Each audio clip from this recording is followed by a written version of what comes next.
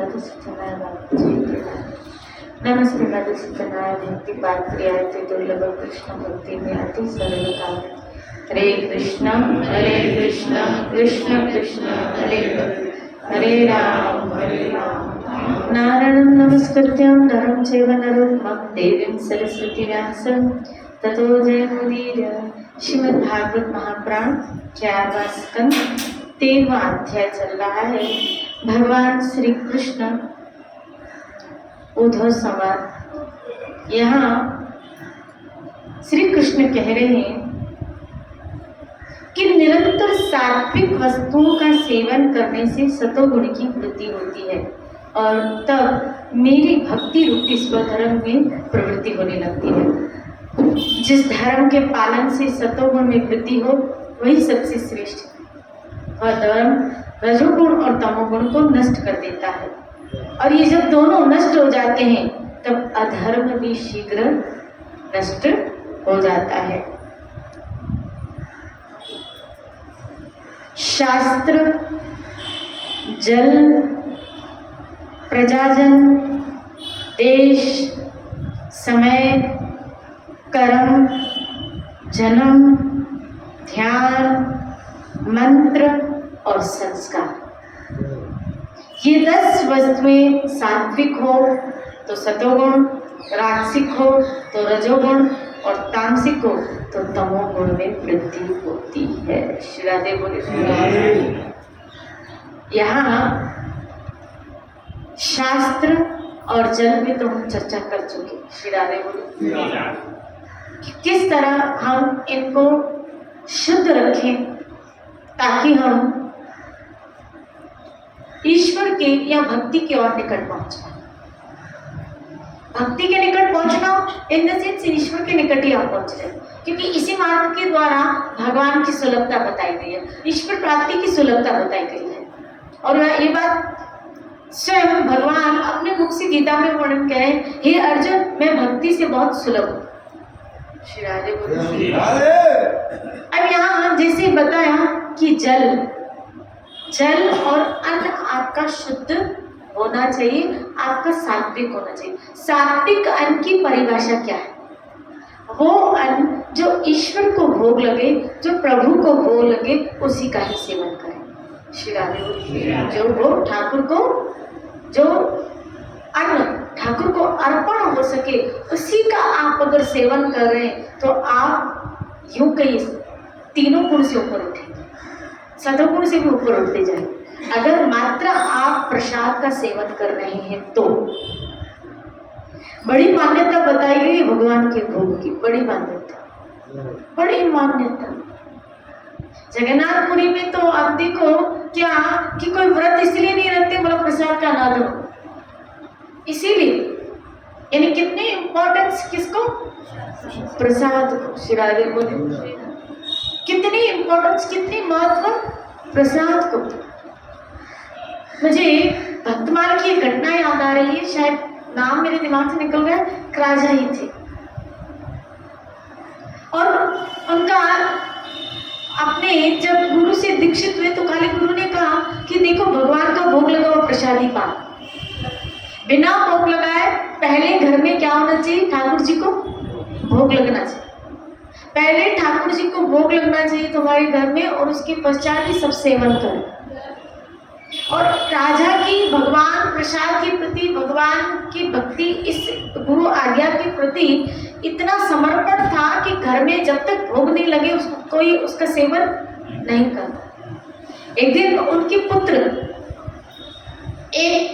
पुत्र ने बिना भोग लगा हुआ कोई चीज का सेवन किया, भोग खाया।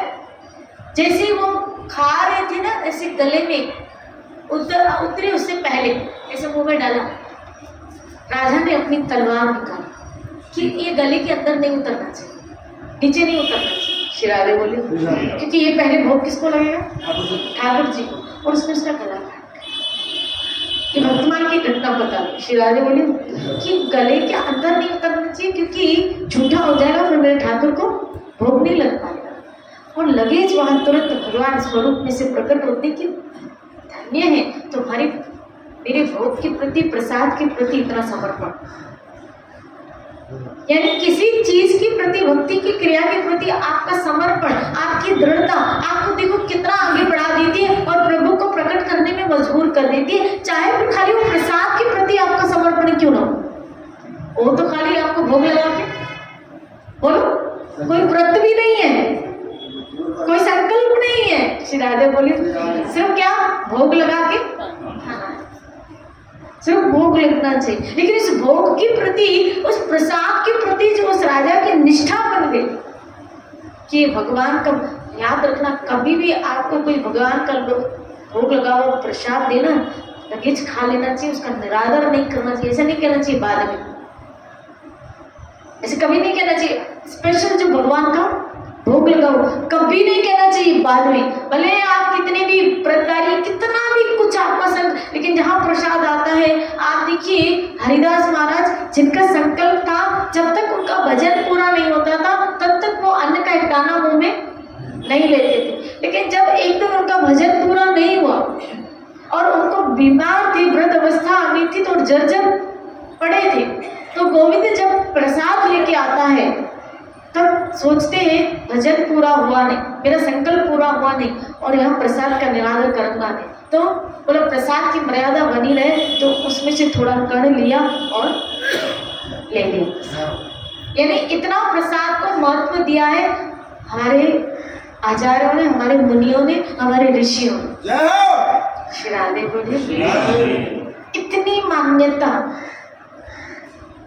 इतनी मान्यता। स्पेशल जब भगवान का भोग लगा और फिर कह रही हूँ प्रसाद आए तो कब नाम उसे ये क्या, एक तरह से आप कृपा को ठुकरा रहे, ये कृपा अंदर जा रही है, आपकी चेतना को शुद्ध कर रही है और आप उस कृपा को लेने से मना कर रहे, नहीं हमको नहीं चाहिए। अरे इतनी सारी मेहनत शुद्धिकरण के लिए तो कर रहे हो और वहां तुरंत लगे। हाँ, प्रसाद का सेवन इसका मतलब है चित्त का शुद्धिकरण।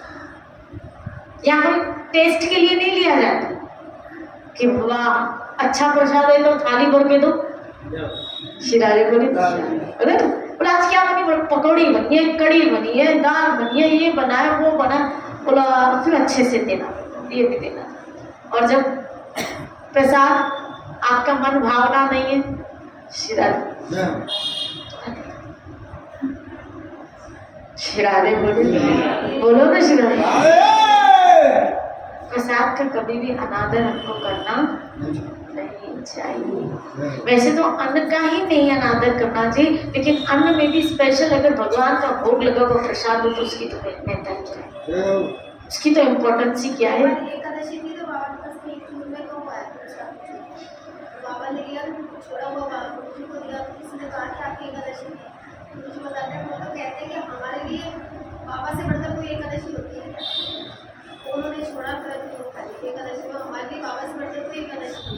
निष्ठा किसी ने, मैंने कहा प्रसाद के प्रति निष्ठा, गुरु के प्रति निष्ठा, नाम के प्रति निष्ठा, दान के प्रति निष्ठा चमत्कार करती है।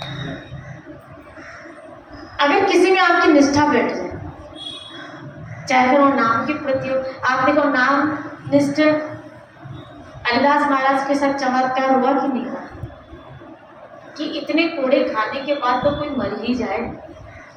शिरारे इतनी मार खाने के बाद कोई जीवित कैसे रह सकता है, मतलब वो भी कोड़े खाए जा रहे हैं और वो भी एक चौक पे नहीं, घसीट घसीट के चौकों पे 22 चौकों पे उनको मारा गया, 22 चौकों पे। और ऐसा नहीं एक चौक पे मारा और फिर उसको विराम दिया, दूसरे चौक पे लेके गए और फिर मारा, फिर विराम दिया, फिर तीसरे, ऐसा नहीं, एक चौक से दूसरे चौक जब लेके जा रहा है ना तो घसीट घसीट के मारते मारते हुए लेके जाया है। दशा देखो, घसीट घसीट के मारते मारते कोड़ों से लेते हुए जा रहा है। मैं तो कभी कभी विचार करती हूँ, सोच करती हूँ कि भगवान अपने भक्तों की कैसी दंड परीक्षा लेते हैं। आप देखो तो करी, उसका कसूर क्या, सिर्फ कसूर यही तो, क्या उसने क्या की, उसकी भक्ति की, उसका भजन किया, उस भजन के प्रति उसकी निष्ठा बैठ गई, सब कुछ छोड़ा ना। देखो हरिदास महाराज ने, हालांकि अगर लीला के अनुसार देखें तो एक मुस्लिम परिवार में जन्म लिया, लेकिन वो इस्लाम धर्म छोड़ा, किसके लिए? ठाकुर जी के लिए। श्री राधे बोले किसके लिए? ठाकुर जी के लिए। फिर उनके जो विधि विधान होंगे सब वो सब छोड़े और श्री हरि की भक्ति को स्वीकार किया, नाम को स्वीकार किया, हरे कृष्ण महामंत्र को स्वीकार किया। और ऐसा नहीं हमारी और आपकी तरह स्वीकार किया कि कुछ घंटे करने के बाद फिर उसको छोड़ दिया। उनका तो निरंतर भजन चलता था। यानी कैसा उन्होंने स्वीकार किया? क्या? पूरी तरह पी गए नाम। ऐसा नाम के प्रति उनकी निष्ठा, पूरी तरह नाम को पी गए। उनके रोम रोम में नाम समा गए थे, उनके रोम रोम में नाम की गूंज होती थी। जब कोई उनकी कुटिया से गुजरता था ना, खाली गुजरता था, खाली गुजरता था, तो उनकी कुटिया के बाहर कोनों से भी नाम की ध्वनियां गूंजती थी, ऐसी आवाज आती थी नाम की।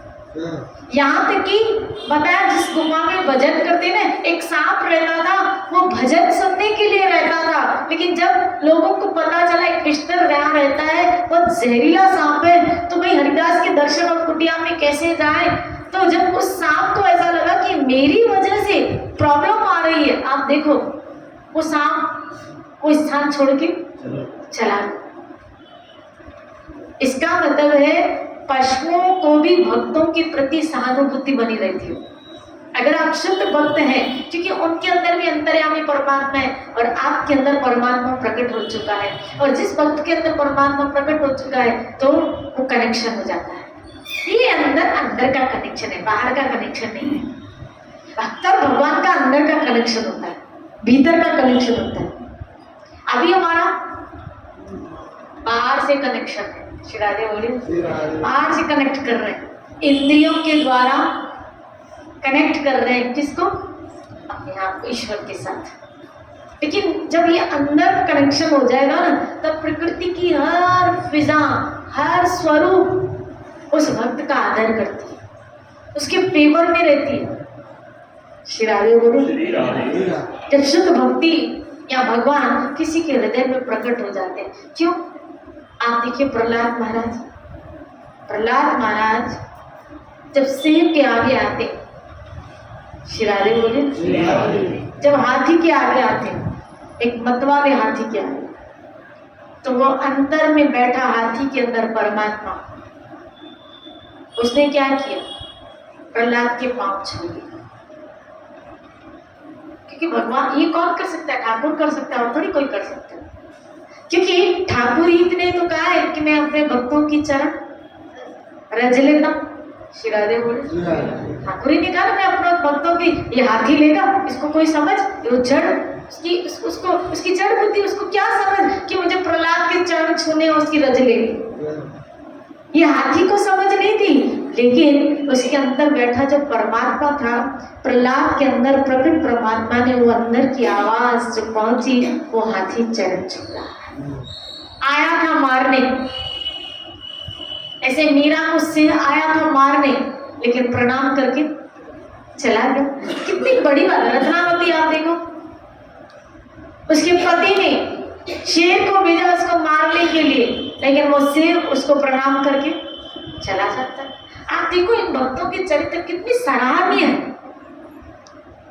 कितना भगवान प्रकट है। और हम तो सच बताओ, एक बात आपसे बात, चूहा भी यहाँ आ जाए,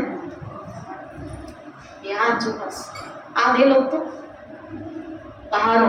श्री राधे बोले पहले क्या करो, चूहे को ये खाली ऊपर चिपकली को, तो सत्संग में ध्यान कम हो, ऊपर से नीचे ना आ जाए। श्री राधे बोले ध्यान ऊपर है नहीं, ऊपर मत देखो। श्री राधे बोले तो खाली ऊपर छिपकली भी हो तो हमारा ध्यान छिपकली में चला जाए। लेकिन ये नहीं आता है कि इस छिपकली के अंदर कौन बैठा है? मेरा गोविंद बैठा है। श्री राधे बोले ये नहीं आता कि इस छिपकली के अंदर मेरा, जब जिस दिन ये प्रवृत्ति आएगी ना कि हर एक के अंदर जीवात्मा के तो मेरा गोविंद ही बैठा है। आप डॉक्टर के पास जा रहे हो, इसके अंदर भी तो मेरा गोविंद बैठा है। आप चींटी को देख रहे हो, आप किसी भी चीज, उसके अंदर भी तो मेरा गोविंद बैठा। श्री राधे बोले। जब ये वृत्ति हमारी आ जाएगी, अभी आई नहीं है, मैं मानती आई नहीं है, अभी भी भेद बुद्धि है हमारे, क्योंकि अभी हमारे अंदर प्रकट नहीं है। जिस दिन प्रकट हो जाएगा ना उस दिन बाहर भी दिखेगा। श्री राधे बोलो, बोलो श्री राधे। प्रकट हो जाए अंदर, उस दिन हर जगह दिखेगा। इन भक्तों के अंदर प्रकट हुआ है तभी हर जगह दिख रहा है, हमारे अंदर अभी प्रकट नहीं हुआ है, इसलिए वो हर जगह दिखता नहीं। इसलिए हमारा नजरिया अभी भी भेद बुद्धि वाला है, भेद बुद्धि वाला है। इसलिए माँ कहती है प्रसाद की, प्रसाद आपका बहुत शुद्ध और उसकी भगवान की स्पेशल लगे हुए भोग को आपको बहुत सम्मान देता है।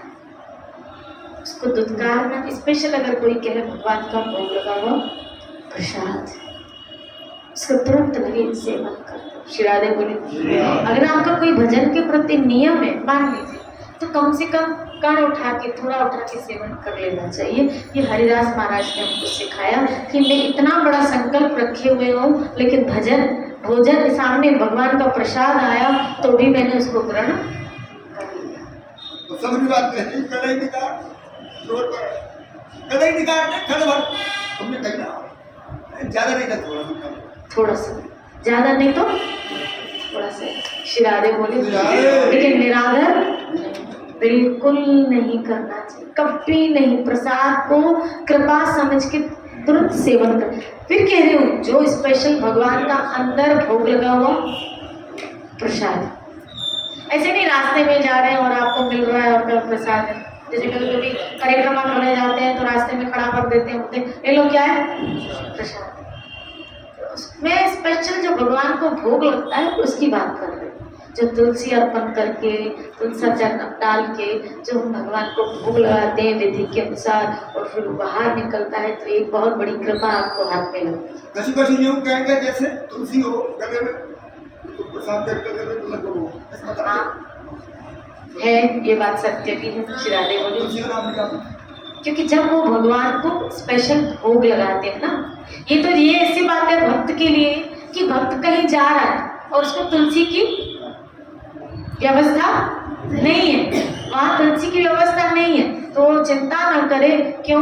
क्योंकि ये जो कंठी आपको पहनी हुई है, तो जब आप अंदर भोग डालते हो, भगवान का प्रसाद डालते हो, तो ये तुलसी से स्पर्श होके नीचे जाता है, अंदर ठाकुर को भोग लग जाता है। श्री राधे बोली। बिल्कुल, ये ऐसी व्यवस्था है अल्टरनेट।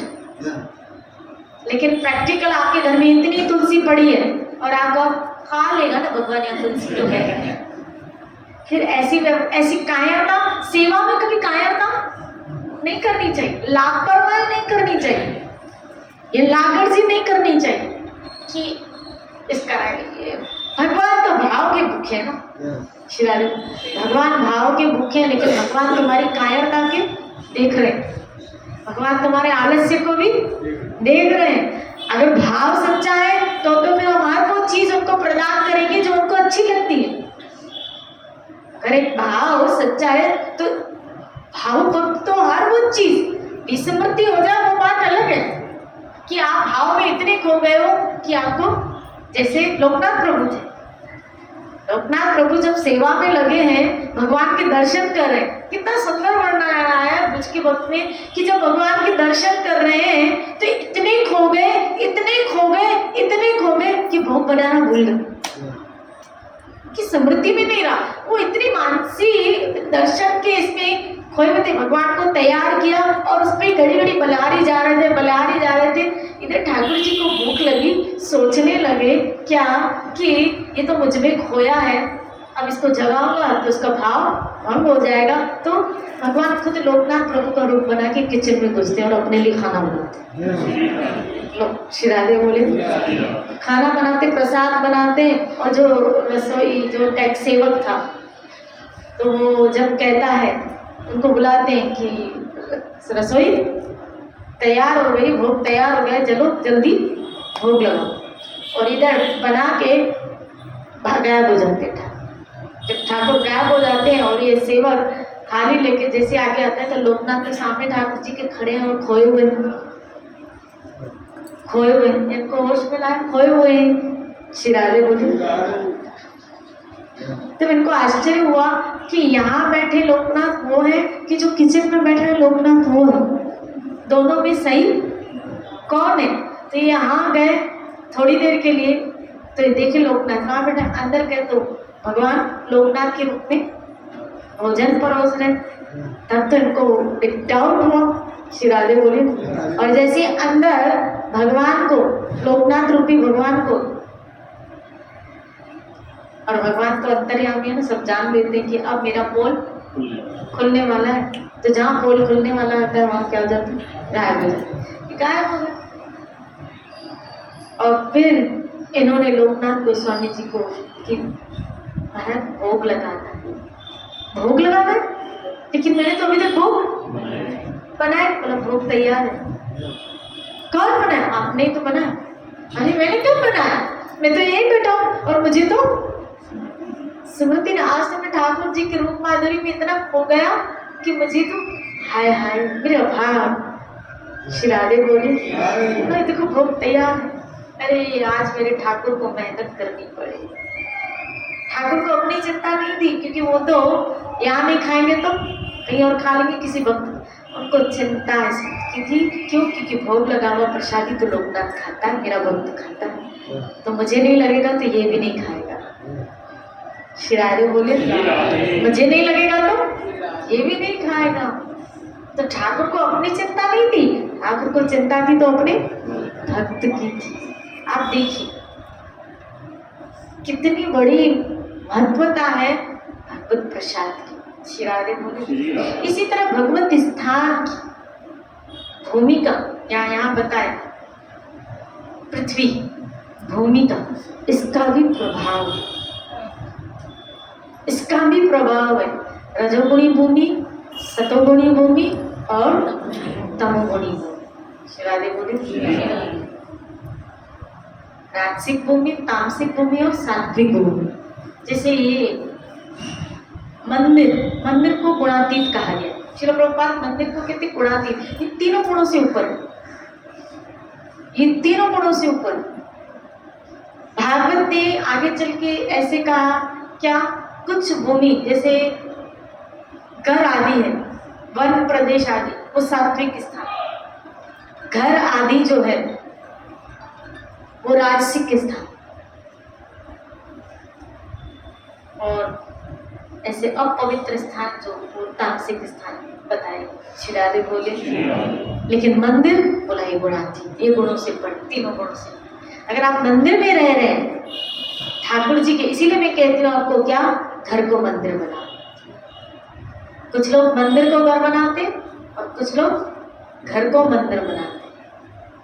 घर को मंदिर बनाओ और आप उस मंदिर में रहो, क्योंकि मंदिर में रहने वाला गुणातीत बन जाता है। क्योंकि उसमें सारी क्रियाएं किसके लिए होती है, ठाकुर जी के लिए होती है। उस घर में जो क्रियाएं हो रही है वो सब ठाकुर जी के लिए, वहाँ कमाया भी जा रहा था ठाकुर जी के लिए, और सारे जो परिवार के सदस्य हैं वो ठाकुर जी के भक्त हैं। मंदिर में ऐसे ही तो होता है नहीं? श्री राधे बोले। मंदिर में कौन रहता है, भगवान और भक्त। बाकी दर्शनार्थी दर्शन करके निकल जाते हैं, लेकिन रहता हुआ कौन है, भगवान और भगवान के भक्त। और अगर आपके घर में भगवान और आपके परिवार के सदस्य भक्त हैं तो समझ लीजिए वो स्थान मंदिर है। राधे कोई तो बोले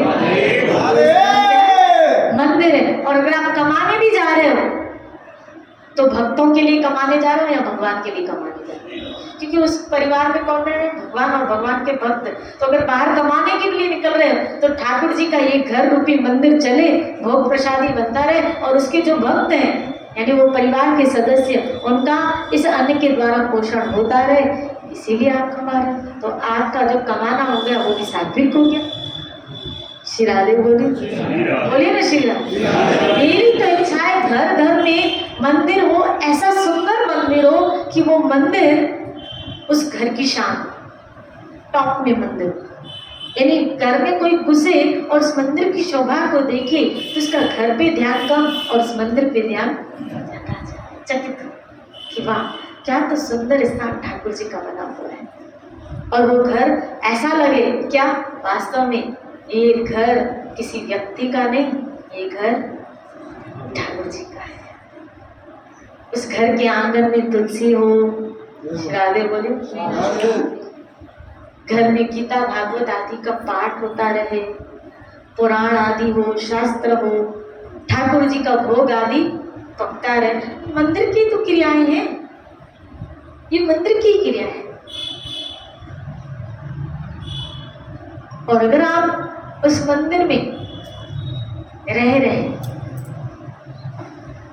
और उसकी व्यवस्था इस तरह सेवा पूजा के द्वारा हो रही है, गुणातीत गुणों से ऊपर चला जाता, नहीं तो भूमि का प्रभाव बढ़ता है।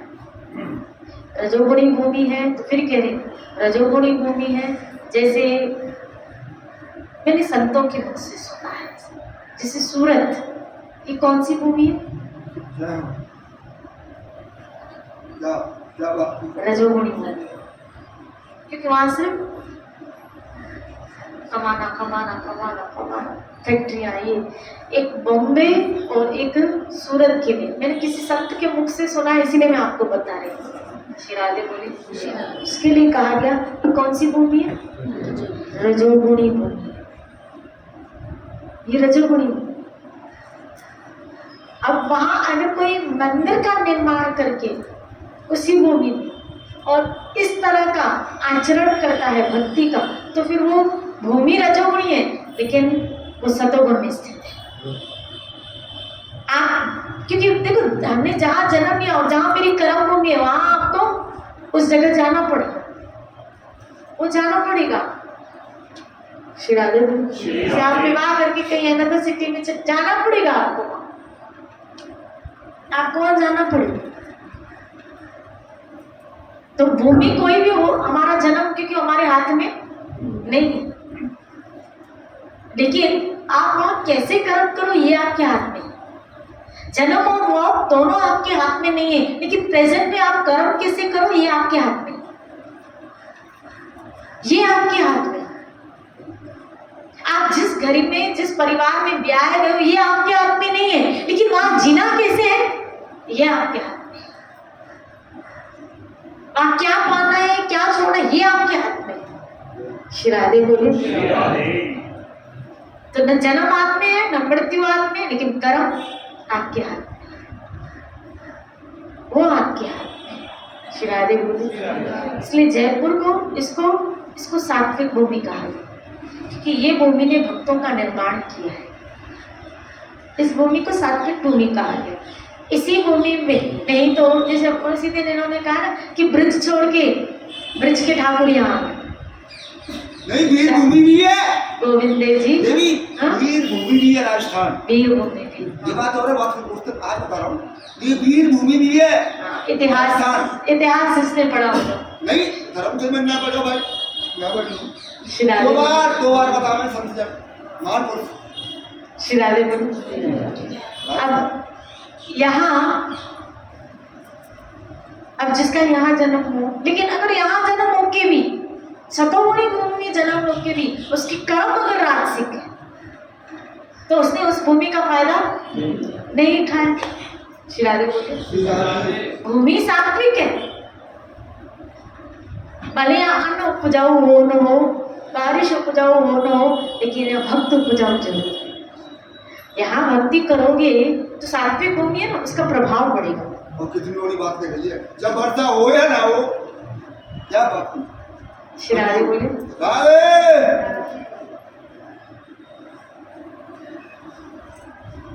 तो ये कर्म आपके हाथ में। अब यहाँ जन्म लिया, लेकिन जन्म लेने के पश्चात उसने भक्ति नहीं की, इस भूमि का फायदा नहीं। क्योंकि बार बार आप देखो कि मैं यहाँ रही हूँ तो मुझे एक अनुभूति है, काट काट के पानी तो पिए हुए। शिरादे बोले बोलिए ना श्री राधे। तो यहाँ कहा जाता है, ऐसे मान्यता है क्या कि गोविंद देव जी यहाँ के राजा हैं, जय हो। है ना? गोविंद देव जी यहाँ के राजा। तो हमारा बच्चा भी भले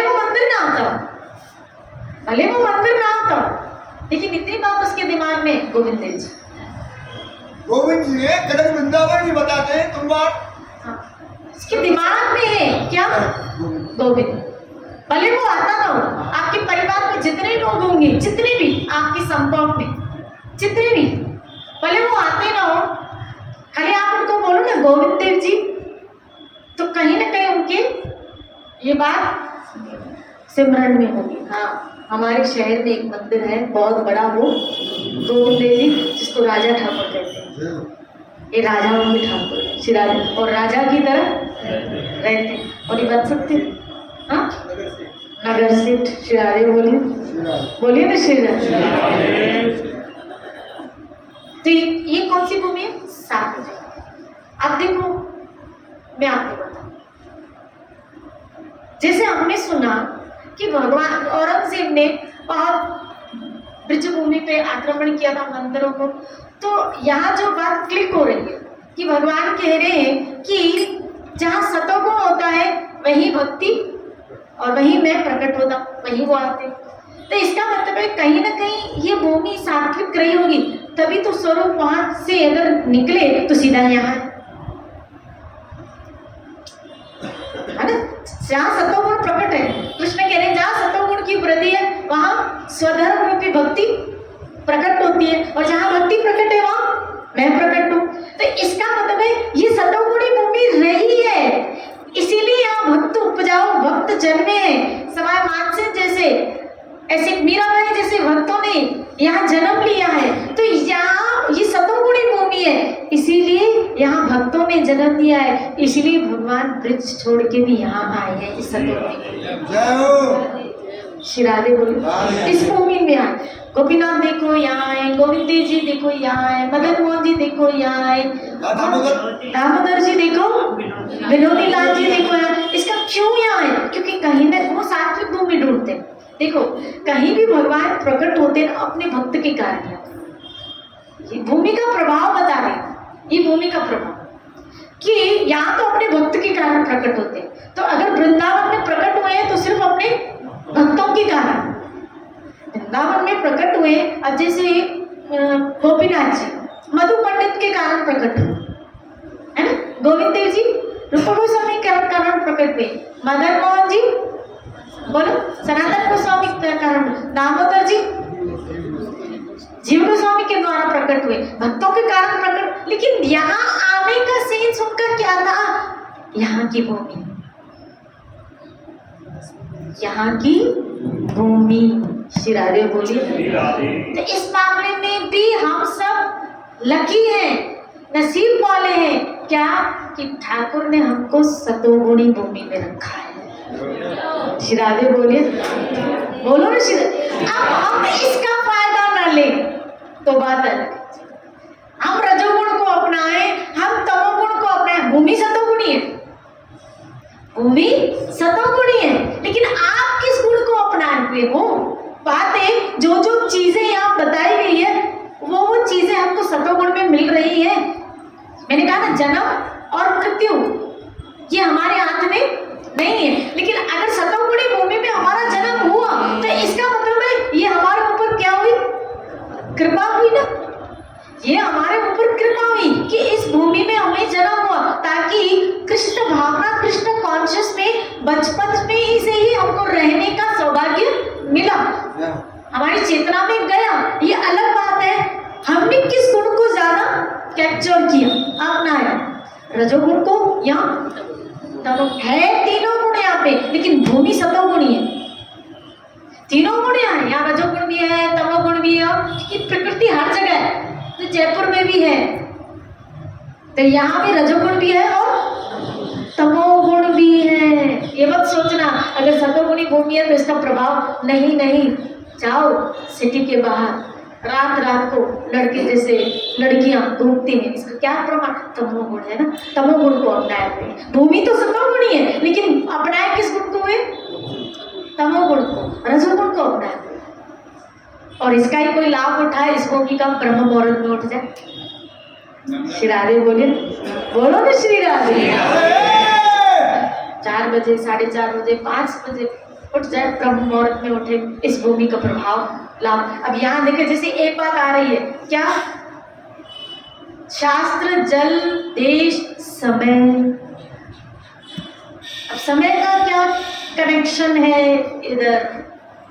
समय का क्या कनेक्शन? श्री राधे बोले, मैं ये समझा रही हूँ, हर चीज का आपकी भक्ति के ऊपर सात्विकता का बड़ा कनेक्शन होता है।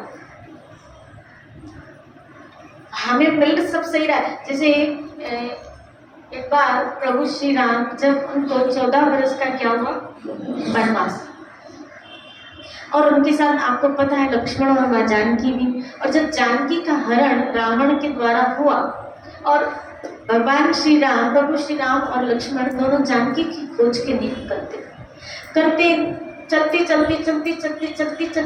चलते एक ऐसी भूमि में आते हैं। भूमि का नाम मेरे दिमाग से निकल गया, बापू जी ने बताया था, लेकिन मेरे दिमाग से उसका नाम निकल गया। वो असुरी भूमि थी, वहाँ किसी असुर का वध हुआ था।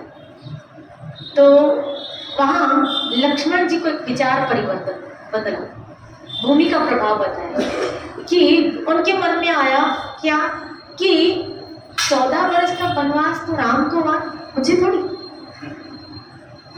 मैं क्यों उनके साथ वन भटक रहा हूं?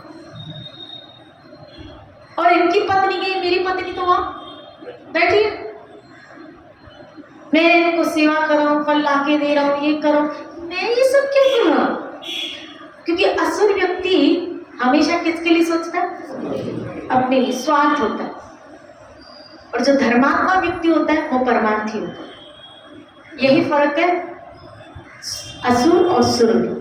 श्री राधे। जो धार्मिक व्यक्ति होता है वो परमार्थी होता है, वो सबका सोचता है, वो हमेशा दूसरों का सोचेगा, उसके अंदर निस्वार्थ भाव होगा।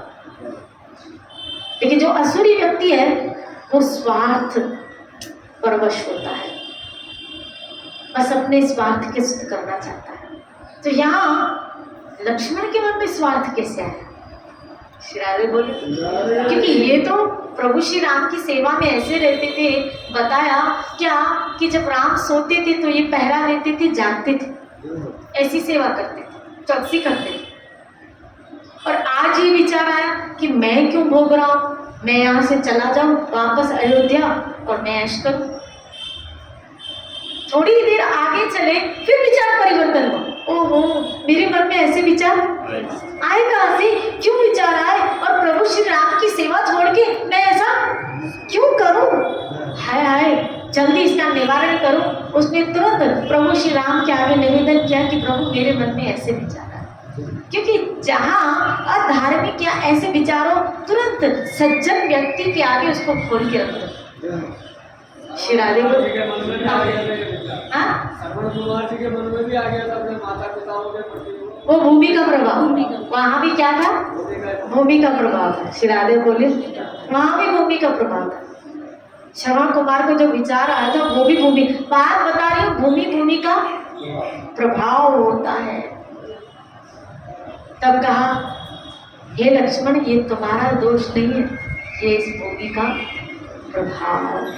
श्री राधे बोले इसलिए तुम्हारे, अब लक्ष्मण जैसा जो अनंत शेष भगवान का स्वरूप अत्रम जो नीचे लक्ष्मण के स्वरूप में आया है, भूमि का प्रभाव, ये तो लीला बताई कि जब उन पे हो सकता है तो हम और आप साधारण जीव है, यूं हवा उड़ा दे, यूं उड़ा दे। गुण तो वैसे गुणों में हम बह रहे, भले हम सतोगुणी में भूमि में जन्म लिए, लेकिन फिर भी गुण हमको बहा के लेके जाते हैं। श्री राधे बोली गुण हमको बहा के लेके जाते हैं। श्री राधे बोली इसीलिए भूमि कैसी होनी चाहिए, भजन करने के लिए जब सात्विक भूमि का आपको लाभ मिलता है तो उस भजन का असर डबल हो जाता है। श्री राधे बोली, बोलो ना श्री राधे। सब नसीब वाले हैं कि हमें उस भूमि में भजन करने का सौभाग्य मिल रहा है जिस भूमि को हमारे ठाकुर ने वृद्ध छोड़ के ये चुना, मतलब सात्विक भूमि तभी चुना। ठाकुर ने ये भूमि चुनी है, मतलब कहीं ना कहीं ये नहीं तो कहीं नहीं जा सकते थे। जय हो। कहीं भी जा, ये स्वतंत्र ईश्वर है, इसके ऊपर कोई बाउंड्री नहीं। ये बहस क्या है? बहस ब्रज। बहस का मतलब बहस पापा बताते हैं जब वो बहस ब्रज वो आएगा ना ब्रज से बाहर निकल 2-3 साल पहले इसको गुप्त ब्रज बोलते हैं। बहस से जो गुप्त, इसको गुप्त वृंदावन भी बोलते हैं। जय हो। अगली बार चढ़ पाती है ये गुप्त वृंदावन। वृंदावन गुप्त ब्रज है, तो ये छुपा हुआ है, लेकिन भक्त के आगे ये प्रकट हो जाता है। भक्त इसको प्रकट कर, ऐसे कई भक्त हैं जिन्होंने यहीं पे उन दिव्य लीलाओं का आस्वादन किया। इसी भूमि, इसी जयपुर की भूमि, राजस्थान की भूमि, उन दिव्य लीलाओं का आस्वादन किया इसी भूमि में रह के। जिसे बोलो छोटी काशी भी बताते हैं तुम बात बचपन लोग जयपुर होता हो तो मुझे नहीं पता है, मैंने आपके मुख से सुना। शिरादे बोले, छोटी काशी बनाते हैं तुम झूठी बात हो। शिरादे बोले ना, अगर नहीं बताते हो तो बोलो ना। बस मैं ये कहना चाहती हूँ कि उसका लाभ लो। अब भगवान ने दिया है सात्विक भूमि में हमको रहने का जो सौभाग्य उन्होंने हमें दिया है, क्योंकि हमको पता होगा ये कच्चे लोग हैं, अगर इधर उधर भेजा तो ये भक्ति नहीं कर पाएंगे, और हम नहीं कर पाते थे शायद, इसीलिए हमारे लिए ये चुनाव है। हमें ये सोचना चाहिए कि हम ठहरे कच्चे भक्त, जल्दी हमारे ऊपर माया का प्रभाव असर न पड़ जाए। श्रीराज तो ठाकुर ने अपने आंचल में ही हमको रखा, अपने बाहों में ही हमको रखा। मेरी सर्कल में ही रहेगी, मेरे सर्कल में तुम रहोगे, क्या तुम्हें बाहर नहीं जाना। श्रीराधे बोलिए। इसीलिए इस कृपा का अनुभव कीजिए, और ज्यादा से ज्यादा। अब बात आइए आगे चल के समय सात्विक कौन सा है? भूमि सात्विक तो पता चल गया, जल सात्विक का पता चल गया, शास्त्र सात्विक पता चल गया। समय सात्विक क्या है? कौन सा समय सात्विक होता है? क्या समय भी रजोगुनी, तमोगुनी और सतोगुनी होता है? हाँ, वो कल चर्चा करेंगे कि सात्विक समय कौन सा होता है, और क्या आपका भजन सात्विक समय में हो रहा है। श्री राधे गुरु श्री राधे जय जय श्री राम, जय जय